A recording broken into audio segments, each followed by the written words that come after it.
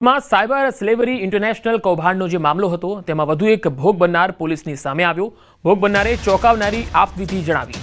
પ્રીત નામના એજન્ટ થકી તે થાઈલેન્ડ ગયો હતો। 30,000 સેલેરી આપવાની વાત થઈ હતી।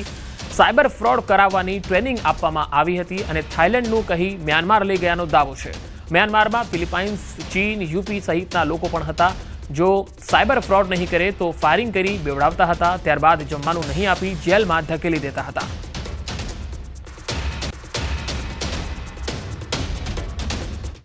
जैसे लोग आए, उसके हाथ में गन वगैरह सब हथियार थे।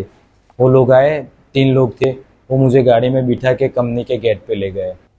कंपनी में गया तब मुझे 2-3 दिन बाद मुझे पता चला कि मैं थाईलैंड में नहीं हूँ, मैं एक्चुअली मैं म्यांमार में हूँ, ऐसा मुझे पता चला।